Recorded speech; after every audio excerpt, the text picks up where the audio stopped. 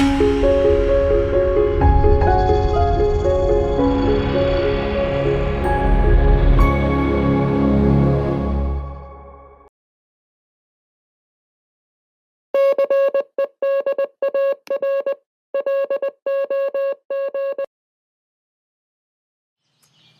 my name is Marty, and I'm going to be interviewing. Guess we can go over to Kai. Howdy, my name is Kai. I'm Roosevelt Chapter Vice Chief, and I'm also part of Troop 160, pal. All right, here we go over to Mr. Mac. And I'm Mr. Mac, John MacFarland from Minquist Chapter, and serve as a member at large on the Minquist Committee. I'm just Reese Wallace. I'm just making sure the audio works. All right, so tell me, when did you start in scouting?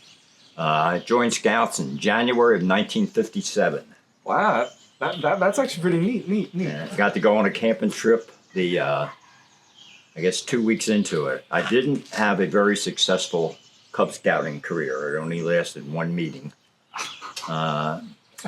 Because Mrs. Douthwaite, who was our Cub mom, I was a real outdoors kid, climbing trees, playing in the stream, and she had to sit down and take these pieces of paper and fold them and then cut them and stuff, and made like little lace things that you put on the arms of chairs. So check, please, I'm out of here. I left that. I get it. You just didn't want to deal with I gotta go deal with this. Indoor stuff. Yeah, I didn't. I wasn't into indoor stuff. Still want to deal with all the bureaucracy and stuff. I get it. Well, I didn't even think about it. When you're 9 years old, you're thinking about having fun. I want to go outside and do stuff, man. Exactly. So that didn't go well. So then one of the guys that was in church with me at our youth group said, "Hey, I just joined the Boy Scouts." I said, "Oh, good for you." And he said, "No, it's really cool. We go camping or hiking. Like we're going camping in 2 weeks. If you sign up, you'd be able to go on the camping trip." So within 2 weeks after I joined, I was on a camping trip. And that, sunk the hook. And so now 67 years later, I'm still in the Boy Scouts. How was your first camping trip? If you could explain a bit. Well, I come from a very poor family, so I didn't have a lot of fancy equipment. But my patrol leader at the time, Kent Skidmore, his mother called my mother and said, "Look, they're going to be camping in the cabin. Do you have old blanket, like an old army blanket or something?" I said, "Yes." "So you have safety pins?" "Well, just safety pin it together. You'll make like a sleeping bag for him. He'll need a pot and a pan, and a few things. You have those utensils." He said, "Won't know too much other than that, a flashlight." So I went off with just the basic rudimentary, whatever I needed to get through that camping trip. And then learn from that, which you're supposed to do, learn from your experiences in scouting. And when I came home, when Mom said how to go, I was able to tell her, well, it would have been nice if I had this or had that. So, of course, that stuff went on the Christmas list. And I've told people before, every Christmas I knew exactly what I was going to get. Yes. And that was a Scout flashlight and a Scout knife. Because I would always forget them when we came home from summer camp. So around Belmont and Resica, there are flashlights and pocket knives to this day, probably, that archaeologists will dig up and they'll say, "Look at this." "Oh, this was a scout camp, I think." Yeah. But yeah, no. I'm pretty certain that most scouts have had an experience like that where I'm like, "Oh, I'm not prepared. I can't follow the motto, man." Yeah, I get it. So now, a question. What would be your favorite scouting trip or camping trip that you would say, or event that you've went on? There are too many, numerous. I mean, I've been to. All right. Well, I've been to 6. I've been to 6 NOACs. I've been on staff and been to 4 or 5 jamborees. One of my favorite trips was in 1976. We took a contingent to the 50th anniversary of the Wood Badge over in England, and that's for you guys Scouters, correct? Yeah, and it's like NYLT but for adults. And the neatest thing for me was there was a guy throughout history we knew as Green Bar Bill Hillcourt, and he wrote handbooks, and he wrote Scoutmaster handbooks and all kinds of stuff. And he wrote a weekly column, or a monthly, I guess it was in Boys Life magazine. And he signed it as Green Bar Bill. In the old days, the insignia for a patrol leader was just two green bars. 2 green bars. Okay, so he would have that, and he would write Bill across it, Green Bar Bill. Hey, man, that works. And so I'm sitting in New York in the airport, looking out the window, because I hadn't, except for flying to Vietnam and back, I'd never been on an airplane. And I hear this, "Can I sit down? Is this seat taken?" And I look, and it's Bill Hilford, because he was leading the trip. We had 125 of us going over to England. So I got to talk to this guy all the way over and then all the way back. We sat together. That's actually pretty neat. You meet somebody that far out of history and that far up, because he was involved from way back, Oh, yeah. lifelong friends with Baden Powell and all that kind of stuff. So That's like super high. that was a really good trip. Yeah, yeah. And probably one of the highlights on that was they had a big fair. We were over at Gilwell Field for 2 days, and Lady BP was there. Who's that? Baden Powell's wife. Oh. And she's the one that founded the Girl Guides in England, which is the equivalent of our Girl Scouts here. And she was just sitting there, and people were coming over and like taking her picture and stuff. And I said, "Can I sit down?" Sure. So I sat down, and I got to talk to her for about a half hour, I guess. But my favorite story for her is she was, very elderly at the time, and we had a big campfire that night, and they wheeled her in her wheelchair, her son, he was the Lord Baden Powell at that time. And she looked out at us, and we're renowned for our red wool jackets, which used to be, which started out, that was just an explorer thing. And then they said, okay, well, everybody wants them. So scouts started wearing them, adults started wearing them. So we all had red jackets on. Those red jackets are kind of cool. So we're all sitting there at the campfire, and we all got our red jackets on. And we outnumber all the other. There were 39 countries represented. Whoa. So that's the first thing she commented on. She said, it's amazing, and she always called her husband Robert. Robert was so proud of the fact that this movement is going and touched this many countries, and that you're all leaders. And she named a couple, like, look, can't believe there's people here from India, you got scouters here. And then she says, oh my gosh, and look, how could you not overlook the United States? She said, look, you're out there, and you're all dressed in your red coats. She said, now this is 1976, right? She says, I do remember a couple 100 years ago, we sent a lot of red coats over to your country. Why did it take you 200 years to return the favor?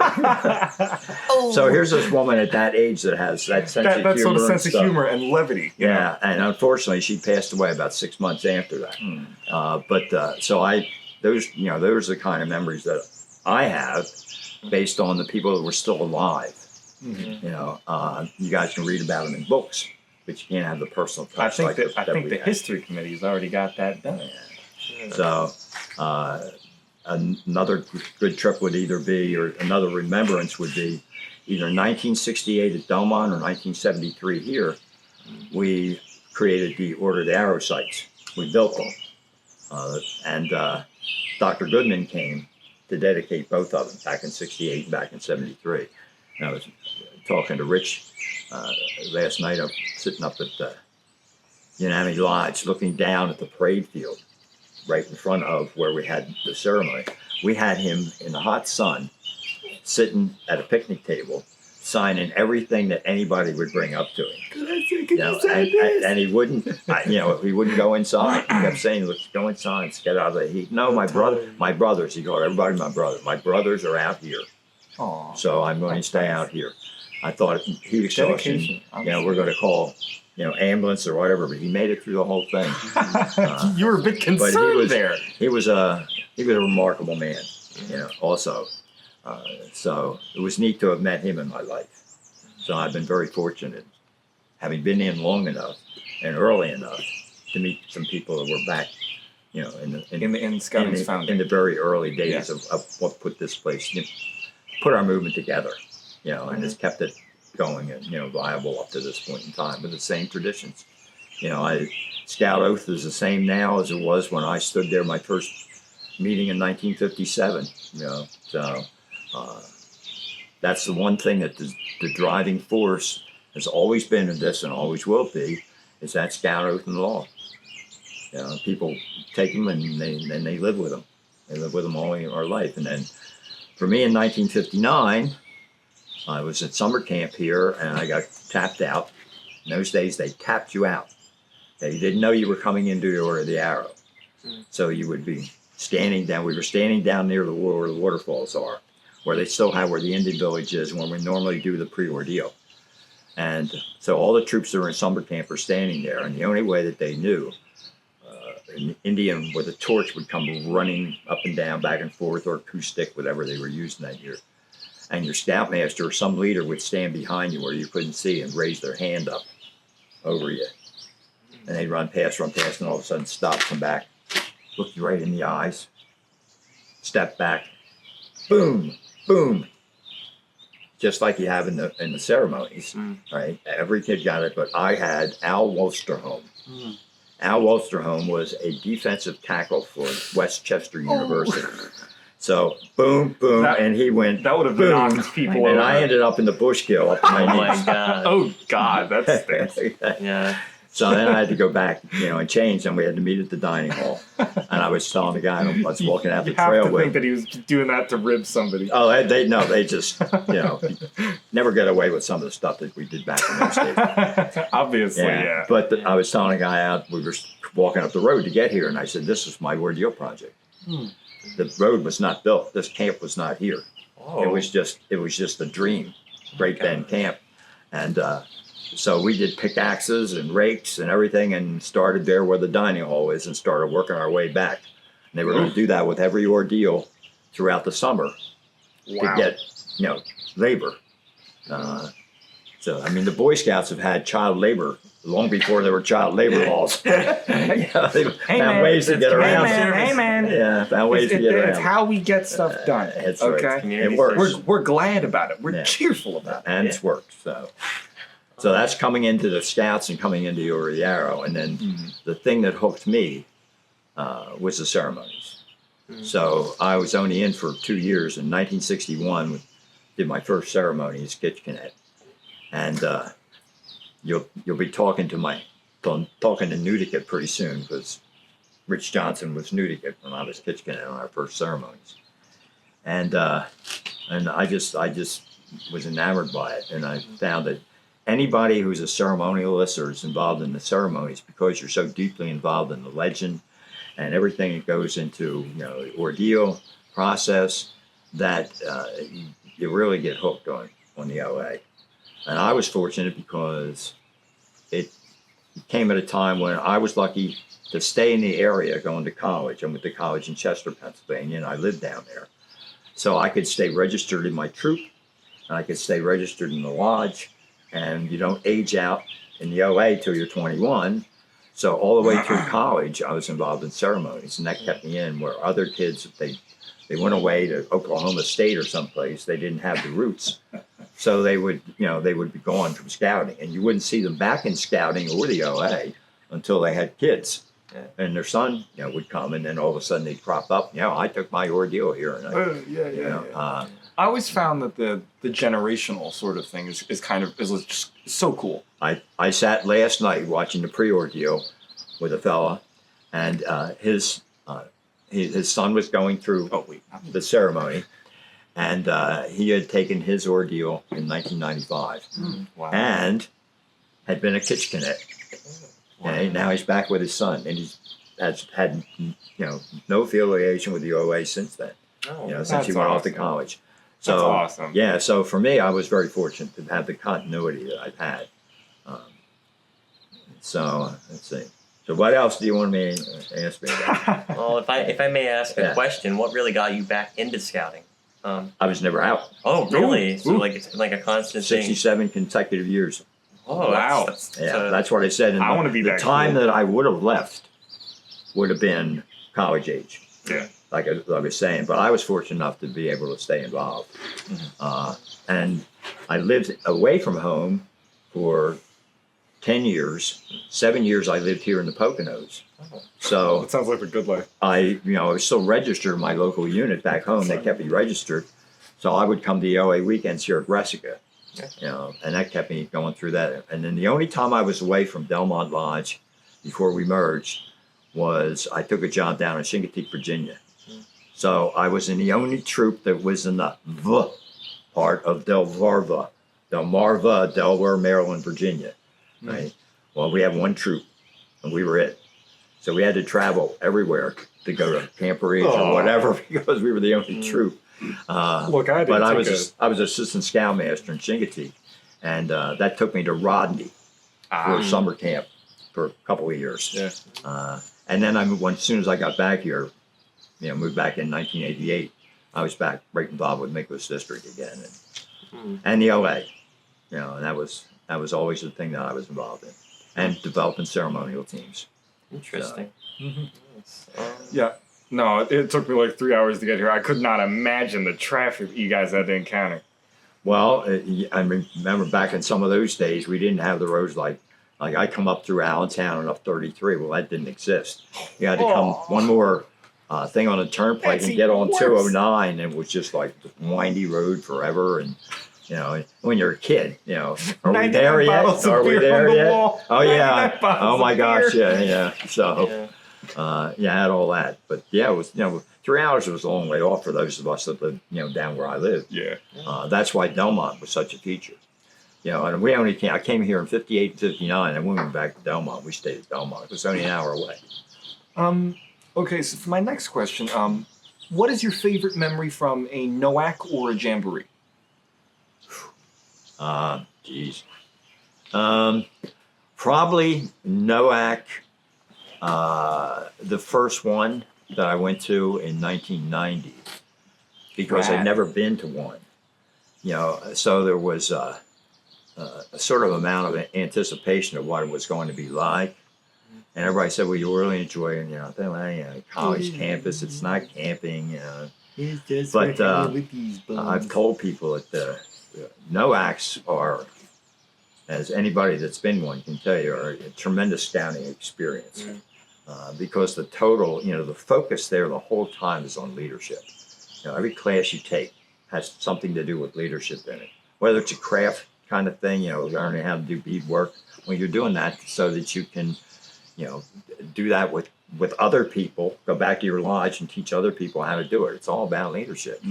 And that was phenomenal. To be there with 4,000 other airmen in Indiana, That's certainly a lot of people. In the arena. And having an astronaut speak to us and all that. I mean, they were, and we had Lee Greenwood, and he led us all 4,000 of us in "I'm Proud to Be an American." That is so awesome. Stand up, everybody stood up. It's that is so awesome. Yeah, it was pretty phenomenal. And so I went to 90, 92, 94, 96, and then at those days. Adults couldn't go unless you recruited at least 2 kids. There had to be 2 youths for every adult. So I started figuring, well, I'm just, I'm coming and coming and coming. I'm still doing the job. I know what I'm doing, but there's other men that should come and get this experience. So I said, I'm not going to any more NOACs. I'll stay as chapter advisor, but I'm going to any more NOACs.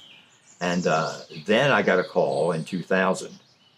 And one of the kids that I had as a ceremonialist was from General Nash, Mike McCrae, had risen all the way up to be the national vice chief.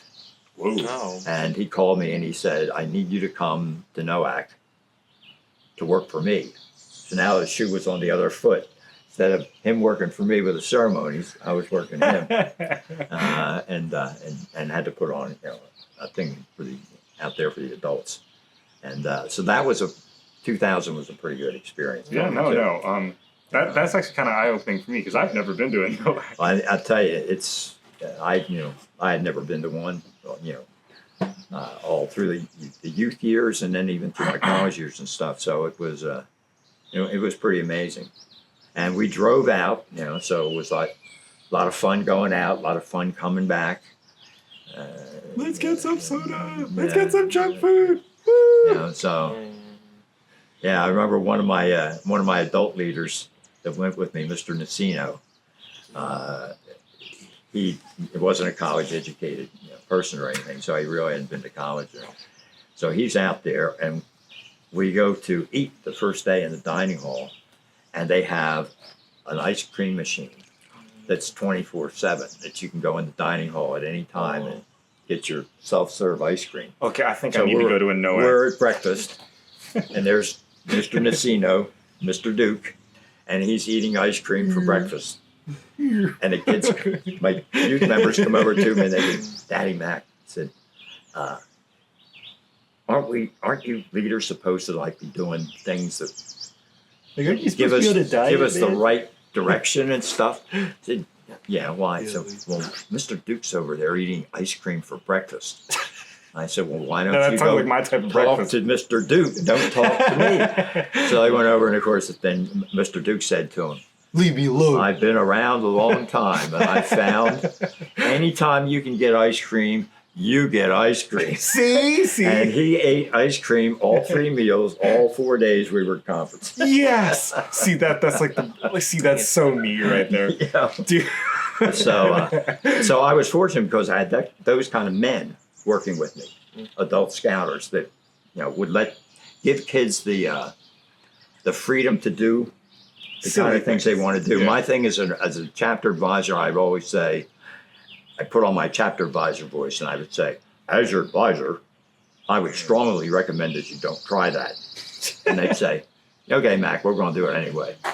Now, if they said that, then I think it's your responsibility to do everything you can to find the resources to make happen whatever crazy idea that they had.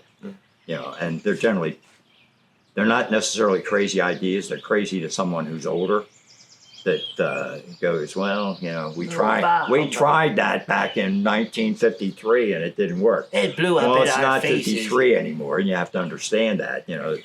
There's more now again input into it that they have the knowledge of that someone that's older. With me, like technology, I could never do anything what I'm doing here. To be completely honest, as someone from my generation, Yeah. I don't think I could either. So I've had to learn a lot in scouting as I've gone through, accept changes as changes have come. And Very important part, not just in scouting, but in life. My biggest problem, of course, is always with any time they change the ceremony. Can't believe it, Yep. Obviously, you were a ceremonialist. So I know. I So get it. that does it. And I've seen every one of the ceremonies change in my lifetime. It's not the same ordeal, pre-ordeal. It's not the same ordeal. It's not the same brotherhood. They've all changed. Some I like the changes. Some I don't. And that's personal opinion. Yeah, no, I get it. And for those, the neatest thing that you have to always keep in mind is two things, starting with your chapter, your troop, whatever. The strength of your unit is its youngest member. Okay? So you should always be focusing on the youngest member.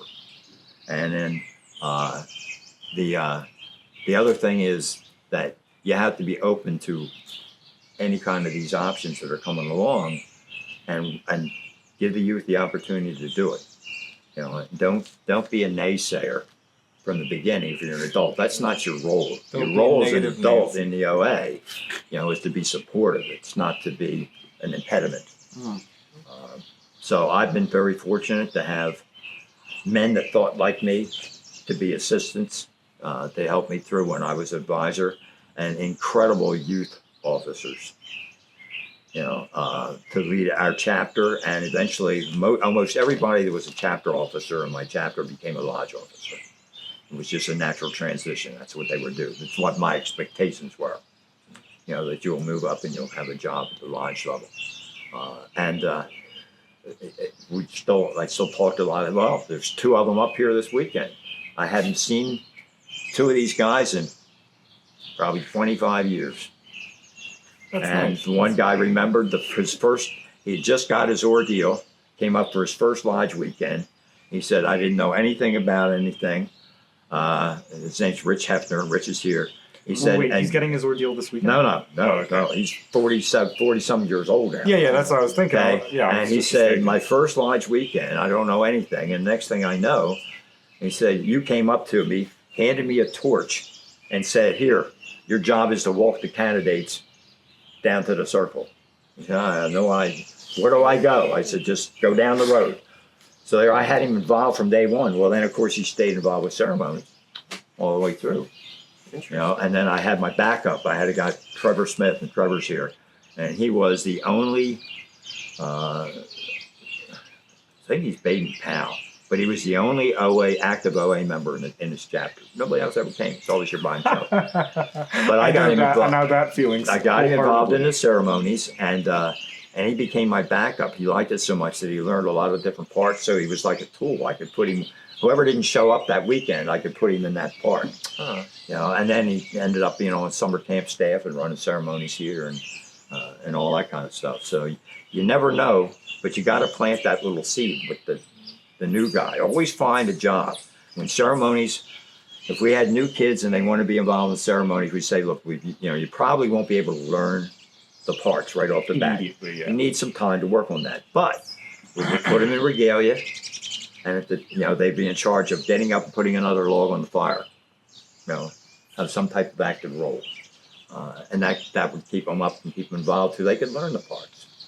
You know, and we had unbelievable ceremonies back in that time frame, because we had 4 chapters that had their own ceremonial teams, and they vied with each other to who would be the best. You know, so I had to figure out how you could put them, how you could put them in and get them all involved. And when we went to what you call them conclaves, we swept the competitions at the conclaves. I've heard about it. Octorara was the only competition that we had. They had very strong. Everybody else, they just stunk. Yeah, they did. I was ashamed when he was just blown away. So I don't know how much more you need to hear from me. So you'll. No, we enjoy it. Okay. Yeah, that's why you're here. I've been smiling ear to ear this entire time, dude.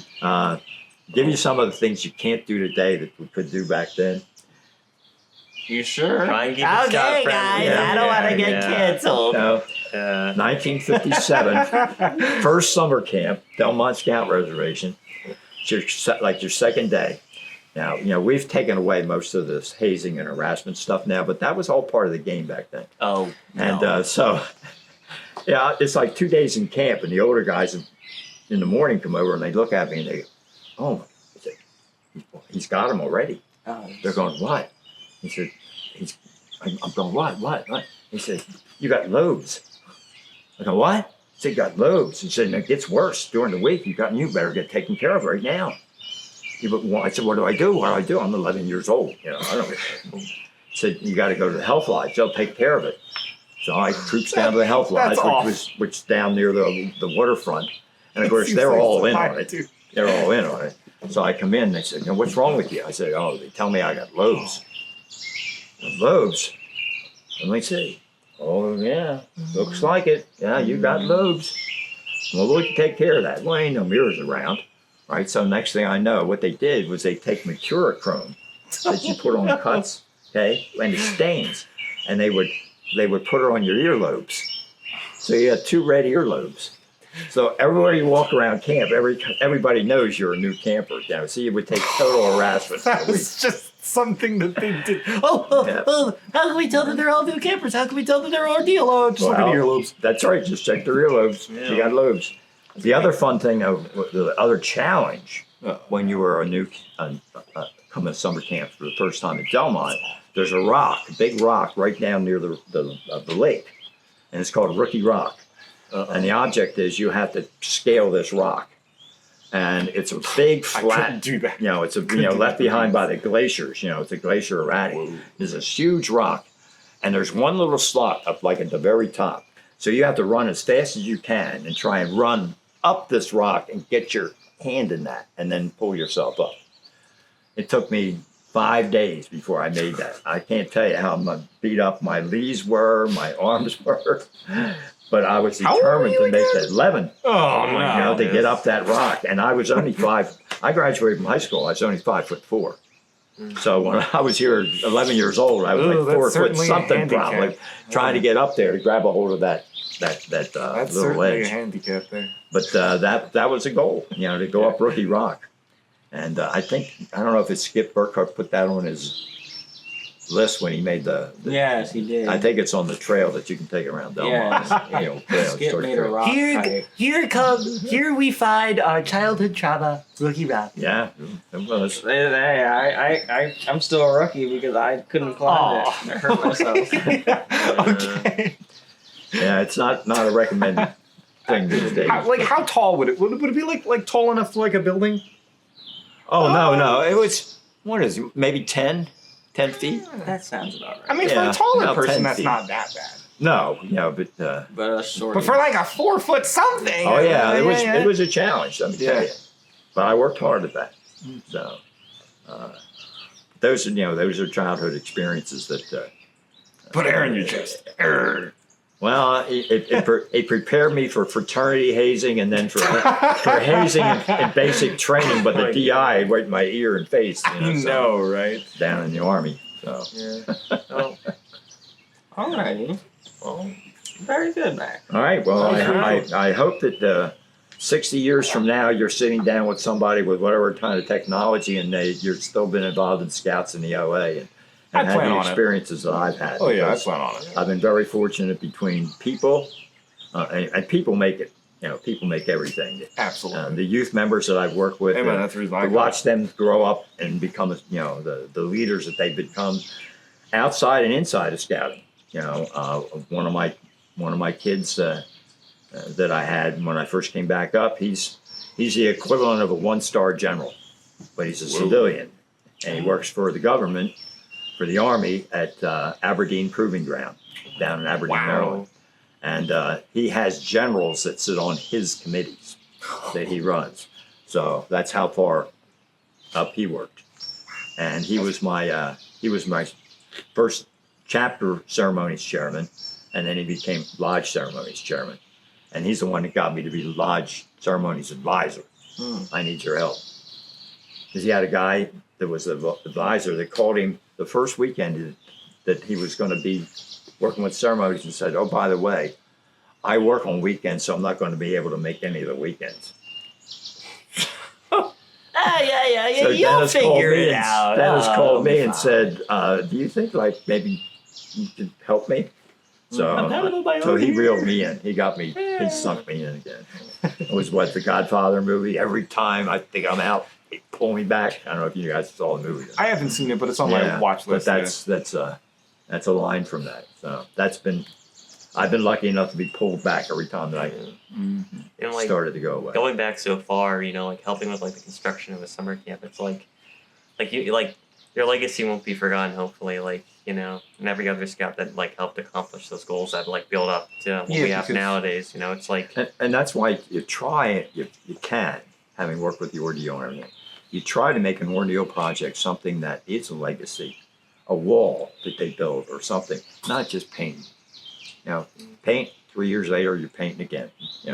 But make the ordeal something that's going to be around for a while that they can come back, years later and go, oh, look at that, I built that, or I was involved in this project here. So I think as long as we keep that focus, we'll continue to head in the right direction. Yeah, because literally brick by brick, you are making your mark felt. Yeah, exactly. All All righty, well, brothers, thank you very much. Of course. It's nice having you on the Cedar Lodge podcast. Same here. And if we want to really make it official. Oh wait. That's what the OA is all about. Yeah. All right. All right.